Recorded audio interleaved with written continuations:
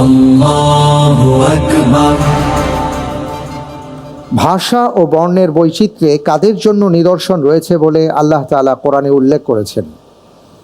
এ, জ্ঞানীদের জন্য, বি, চিন্তাশীলদের জন্য, সি, বিবেকবানদের জন্য, ডি, মুমিনদের জন্য।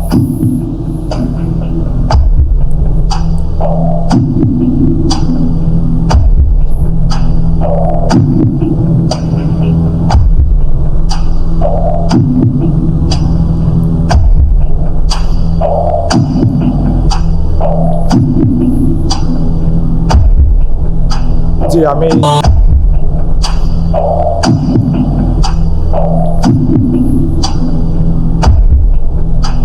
আমি আলহামদুলিল্লাহ উত্তর হিসেবে বেছে নিচ্ছি, এটি হবে ডি, মুমিনদের জন্য।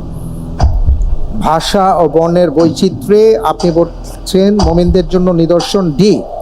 লক করে দেওয়া হোক ডি।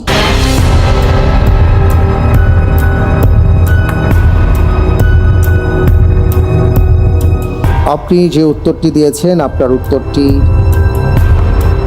সঠিক হয়নি। আলহামদুলিল্লাহ। উত্তর হচ্ছে এ, জ্ঞানীদের জন্য।